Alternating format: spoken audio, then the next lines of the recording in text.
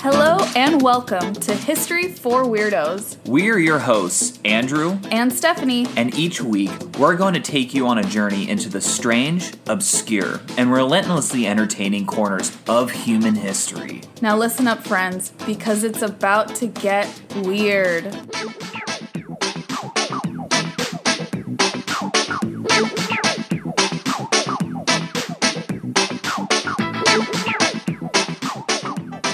Welcome back to episode number 73 of the History for Weirdos podcast. Welcome back, everyone, and welcome back to you, babe, because thank you. Andrew literally just got back from Dallas a few hours ago. I did, yes, and we're recording because we are diligent about this. Yes, we're super dedicated to the podcast, but tell us, how was Dallas? Oh my God, it was amazing. So I was there for a wedding, and yes. Congratulations, Jack, on getting married. And Caitlin too. I guess, it's her wedding as well. Congrats to both the bride and groom. Yeah, I didn't know Caitlin before this weekend, funny enough, but I've known Jack since 1999, so. That's a long time. It's a long time. But anyways, yes, I went to Dallas for the wedding, but I also did some historical things as well. I went to Dealey Plaza, where not as fun of an occasion. That's where JFK was shot. Wow. Yeah, he was assassinated. Like? It was kind of wild, actually, because it's just like a street. It's just it's a street, and it was actually a park, and it's actually interesting. There's some history with the park predating that as well. Really? Like the early history of Dallas. I'm not going to get into it, but yeah, like the founding of Dallas is kind of tied there in any ways. But there's literally like an X on the street where JFK was like the fatal shot took place. Wow, how interesting to see something so historic in such a mundane space. Right, exactly. Like you would pass by it and be like, oh, it's kind of like a mini little park thing with some streets. Like you might be like, oh, cute park, and that's it. But if you didn't know better. Yeah, if you didn't know better, and then you're like, oh, it's a little bit macabre. Yeah. And I went to the museum as well, and I saw the exact spot where Lee Harvey Oswald was when he took the shot. Wow. Yeah, and I saw the Zapruder camera, where it's like, if you watch like footage of the assassination, yeah, it was filmed on one guy's specific camera. Right, because back then not everyone had cameras with them. Right, exactly. Oh, and he was just some amateur, he was an amateur. He wasn't like an actual news reporter or anything. It was just a private citizen who was like, I'm going to record the president going by. Exactly. Okay. And you can see like the actual ledge. It's still there from like where he stood up and used the camera, and you see the cameras in the museum and everything. It's actually kind of amazing. So all the footage we see, was there not like live like news press? No, they were waiting for him at the destination, wherever he was going. Oh, that makes sense. Yeah, and so like no one was there like on the route. Which is also weird to think about, because now the president like moves a finger and we have documentation of it. Exactly. We watch video footage of them just being transported all the time. Yeah, but like, no one had iPhones back then, so you couldn't, and like, the camera's bulky and kind of awkward shaped, so... That's so interesting. But yeah, I saw that. It was really macabre, very solemn, but really important for, obviously, American history. And you got to meet a History for Weirdos listener on your journey, did you not? I did indeed. Thank you for bringing that up. So yes, I met like an OG weirdo. Yay! From like 2020. She listened to us when maybe like half a dozen people were listening to us an episode. That's amazing. I know. And so shout out to Aunt Jenny. Shout out Aunt Jenny. Thank you so much for listening. We really appreciate it. Yeah, you're awesome. Thank you. Well, enough about me and my trip and my ramblings. Stephanie, yes. I know you've been working really diligently this week on your episode, so tell us, what do you have to share today? Well, about that. Oh, my God. You used the word diligent. And it's giving you too much credit. I just wanted to share with the folks listening, it was the oddest thing. Andrew and I both have ADHD, so I don't know if you experienced this too, babe, but being home alone when there's no other humans, we have the bird and the dog, of course, it was really hard to be motivated and to stay on top of my stuff. And apparently that is like a big ADHD trait, is needing there to be another person around. The person that doesn't have to be doing anything or engaging in the task with you, but it's called body doubling. It's just, if you know that someone else is there, you're more likely to get your shit done. Wow, so it's not even like holding you accountable. No. It's just Existing. the fact that I could literally just be like a walking like meat corpse. Yes, and I'd be like, you're right, I should get stuff done. I'll do that. So the beginning of the weekend, it was a struggle. And then I picked up on what was happening. And I was like, oh, okay. You need to just trick yourself into feeling like there's someone here somehow. Mm-hmm. So I put on YouTube, on our TV, I put on like people will record themselves or do lives of themselves like studying or doing work. And so I just had that on the TV and that helped me get work done. Wow, that's actually a really good strategy. Yeah, so I wanted to share that for anyone else, even if you don't have ADHD, but if you struggle to get stuff done, it's nice because then you'll see they take a break sometimes every like 20 or 30 minutes, and then you remind yourself like, oh yeah, I should get up, I should get a snack, go to the bathroom, whatever. Exactly, yeah. So it wasn't diligent at first, but I got it done, and I think we have a really cool, kooky, weird topic for today. Ooh, I can't wait. Yeah. So this is actually similar. Today's story is actually similar to Andrew's episode from last week on Hedy Lamarr, because today's episode is about the life and legacy of a scientific heroine with Hollywood connections. Wow, that's very similar sounding. Very similar sounding, but their stories are so different. Okay, I like this. I Yes. like where this is heading. So today, weirdos, we will be talking about Judith Love Cohen. She was an American aerospace engineer, a ballet dancer, an author, a publisher, a mother to a computer scientist named Neil Siegel, and the mother also of a pretty well-known actor, Jack Black. Wait a minute. What? We're going to be talking about Jack Black's mom for today's episode. Wait, no. Are you serious? Yes, she's quite legendary in her own right. Obviously, as just from that brief little description, she's got quite a resume. That's absolutely insane. So, okay, Jack Black, the School of Rock guy. School Just to of be Rock. completely crystal clear here. Nacho Libre. Nacho Libre. Mm-hmm. His mom was like a badass like scientist. Yeah. And then his older brother became a badass scientist, and then Jack Black became Jack Black. So, okay, we definitely live in a simulation. Yeah, I think this confirms it. Confirmed. Illuminati confirmed. So, Judith Cohen Love is best known for her work on what is known as the abort guidance system, which I will discuss later. Okay. There's she does a ton of stuff, but there's one like big pivotal thing that we'll touch on. Okay, cool. But first, of course, we're going to bring it back to the very beginning. Judith Cohen was born into a Jewish family in Brooklyn, New York. My dad was born in Brooklyn. Aw. My dad got hit by a diaper truck in Brooklyn. That's like the most random fact. That sounds made up. Yeah. I know it's not because I've heard it from him as well. But it sounds made up. Yep. So enough about my dad. Judith's parents were Sarah and Morris Bernard Cohen. And she was just a very intelligent kid right off the bat. I don't know much about what her parents did, actually. But it's said that by 5th grade, all of her classmates were paying her to do their homework. Oh. Their math homework specifically. So she was like also like into organized crime here. She was also into organized crime. Totally. She eventually became one of the only girls in her math classes. Oh, wow. Okay. And she thought this meant she should become a math teacher. Her life changes a little bit, but we'll get to that. And I put a note here to mention my grandma on my dad's side, so also from Brooklyn. Mm-hmm. I remember her explaining to me that around this time, women were not often in math classes specifically. Women were not required in high school to take math. Interesting. It was not a graduation requirement. Women were put on a separate track, which involved more home economic focused courses. Obviously, I'm sure this changed depending on like the state or the school district that you were in, whatever. But she said that women could, like, the hard, quote unquote, harder classes that women could take were like French.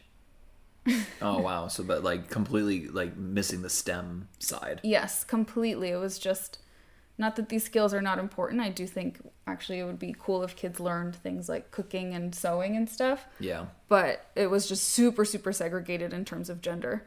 That's so interesting. And also, I want to point out that your grandmother was a mathematician herself. And, like, she got accepted into Columbia to be a math, like... A math major. Major. Sorry. I literally forgot the word major. Like, I don't know what... It was a tough weekend. Yeah, it was a good weekend, but it was a tough weekend. Yeah, she was a mathematician. She was amazing with numbers. I remember being a little kid sitting at the table with her in their home in Florida. Mm-hmm. And she would be solving math problems for fun in the morning. And I have dyscalculia.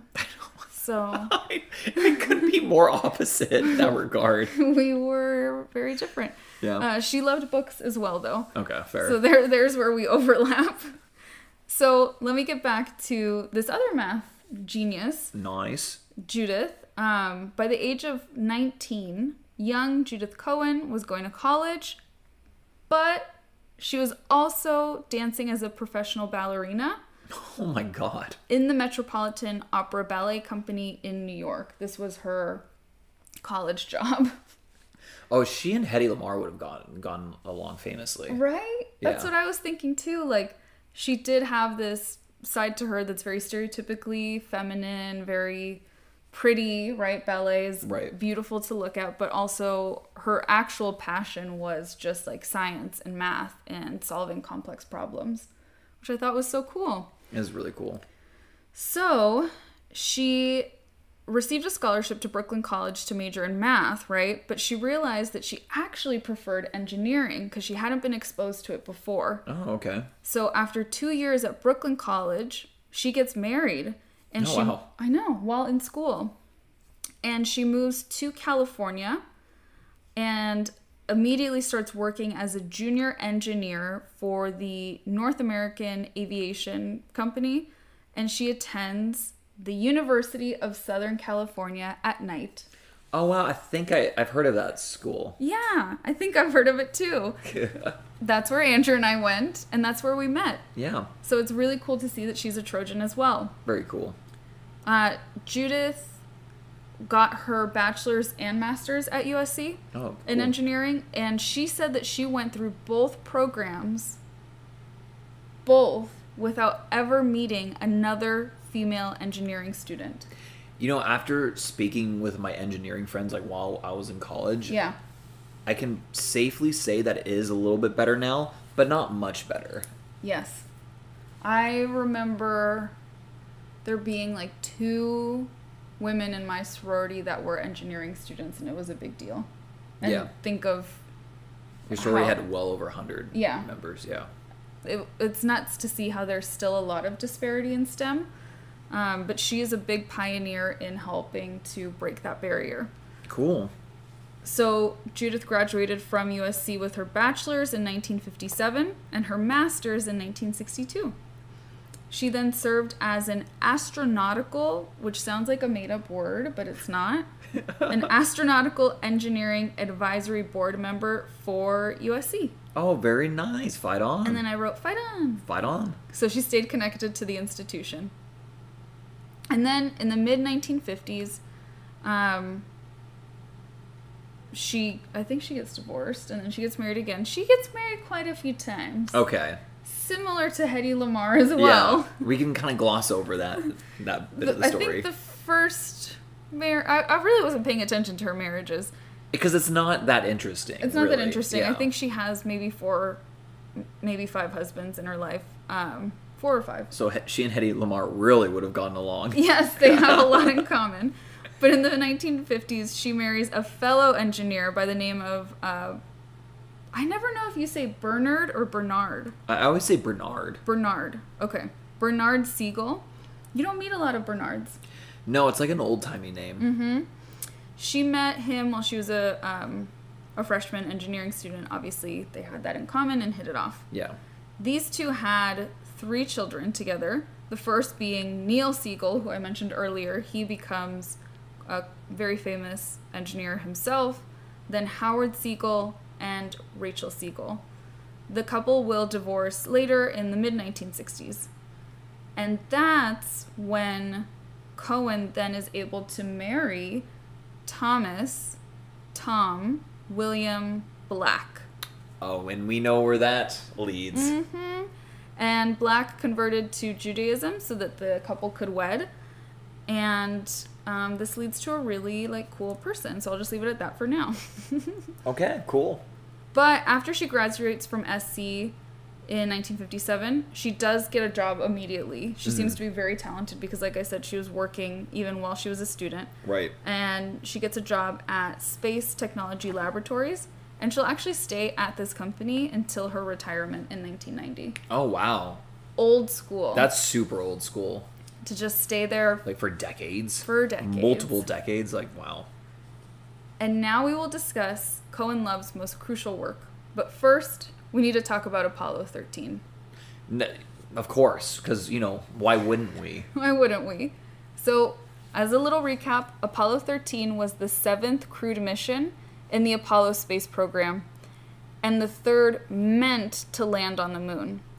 This mission was commanded by Jim Lovell, and then Jack Swigert was the command module pilot, and Fred Hayes was the lunar module pilot. I don't know what any of that means. Okay, I think I might know, and this is a total guess. So the command module, I'm guessing, is the portion, the completed spacecraft that goes up. And then the lunar module is the one that actually will land on the moon itself. Yes, like in the show that we recommended to the weirdos. For All Mankind. For All Mankind, Yeah. yes. People train separately for those jobs, you're right. Yeah. So this craft was launched from Kennedy Space Center on April 11th, 1970. But the lunar landing was aborted after an oxygen tank in the service module failed just 2 days into their mission. Oh, man. I don't understand the mechanics of what happened, but in essence, there was an explosion in the oxygen tank, and it left the service module debilitated and forced the astronauts to use the lunar module, the one you just described, to hang out on the moon, which is much, much smaller. Yeah. They had to use that as their lifeboat, essentially. That doesn't sound like fun. No, it does not. I would totally have a panic attack. Yeah. In that lunar module. I'd be freaking out. Mm-hmm. And as we know, just being humans, I didn't have to look this up or anything. Oxygen's really important. You didn't do any research on that, babe? Jeez. I didn't do any research. Not having oxygen while you're in space is bad news. Okay, that's bad. That's pretty bad. So when disaster struck, it is the solution to the Apollo 13 issue is something called the abort guidance system. And that was hers. And that was Judith Love Cohen's project. Wow. She figured out something. I was trying to write it down, and I was like, I'm not even going to write it down because I'll just butcher all the words. Basically, she was running the schematics over and over again to see how they could use this abort guidance system to help get them oxygen and get them home safely, and she figured it out. Wow. Okay, so it's a really big deal. It's so complex, we can't even describe it. I can't, at least. And it's science.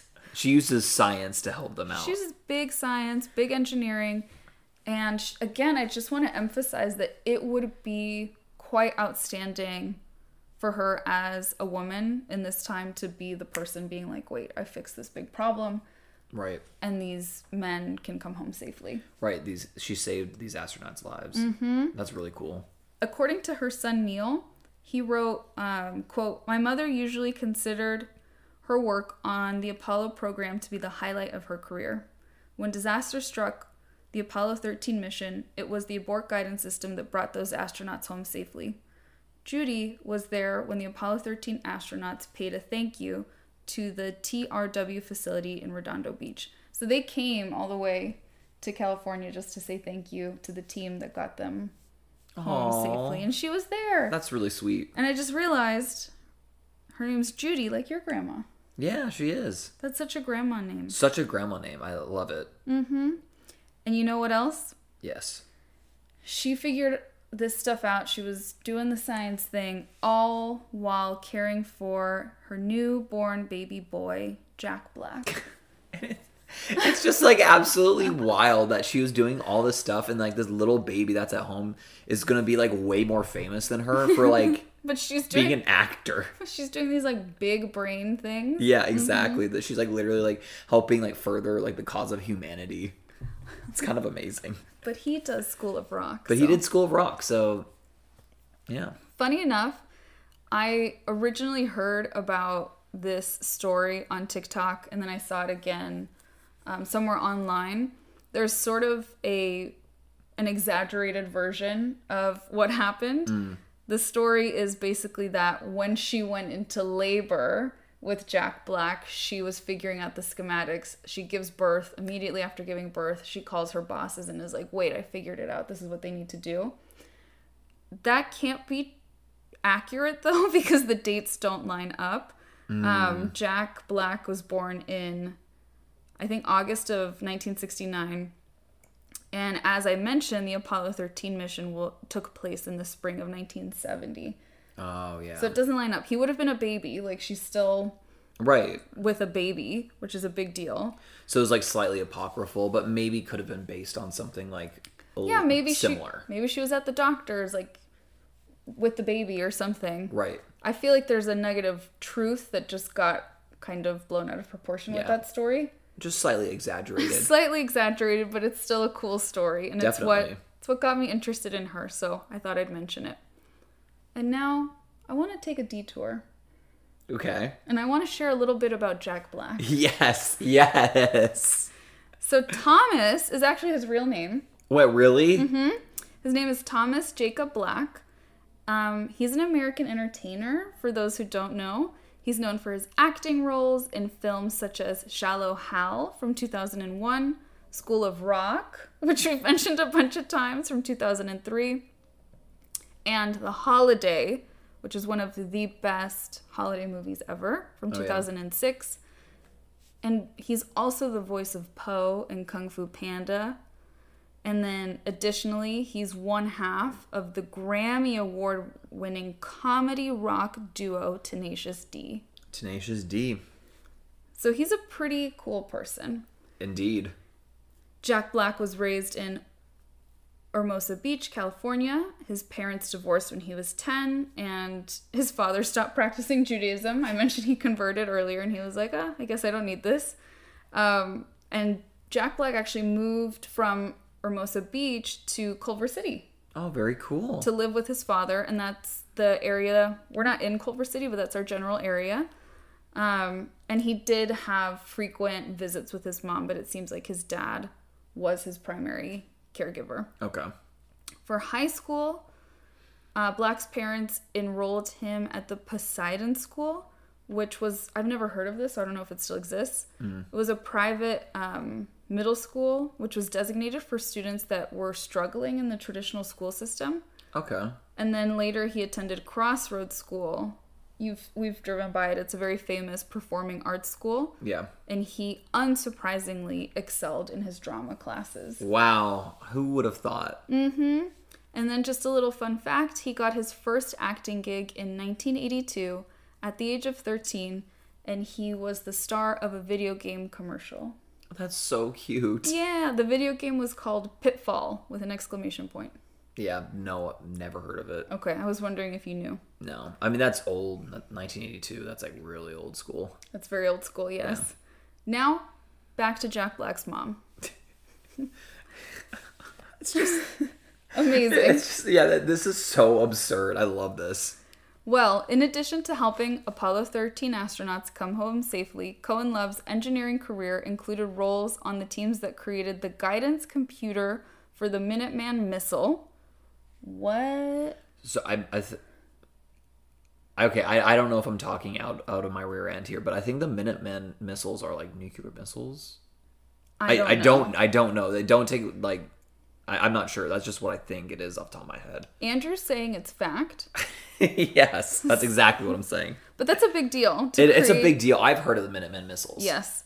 And she helped develop the ground system for the Tracking Data Relay System satellite. It was this big, innovative, fancy satellite which actually stayed active in space, relaying data to the U.S. for decades. I think it was like 40 years. Oh my God, really? Yeah. Isn't that nuts? That it is. That's like actually freaking insane.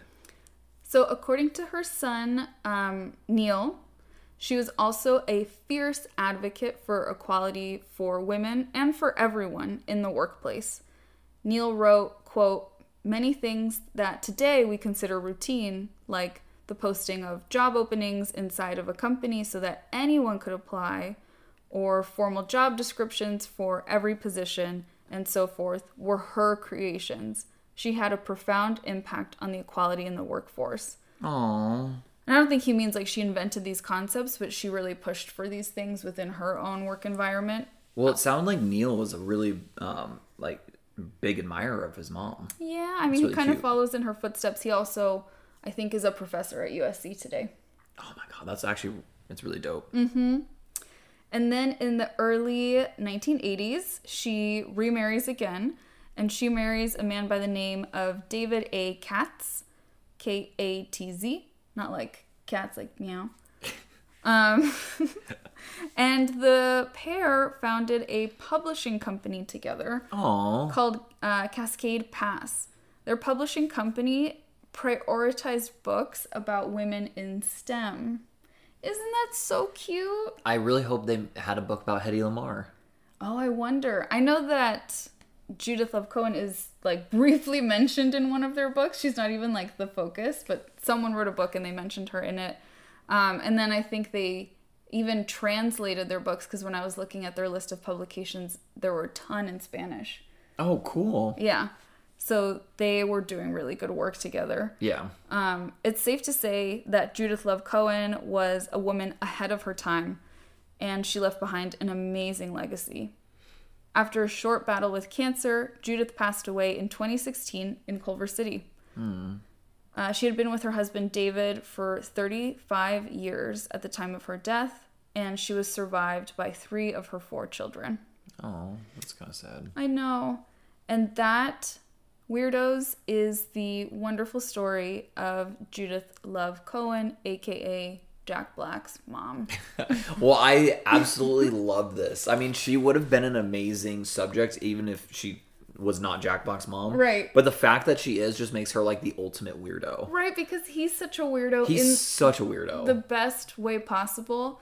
There's this awesome clip of Jack Black on the red carpet. I think it's for the premiere of Shallow Hal, where someone's asking him, like, can you describe like what the movie's about or something? And he says something like, sometimes hotties are actually uglies on the inside.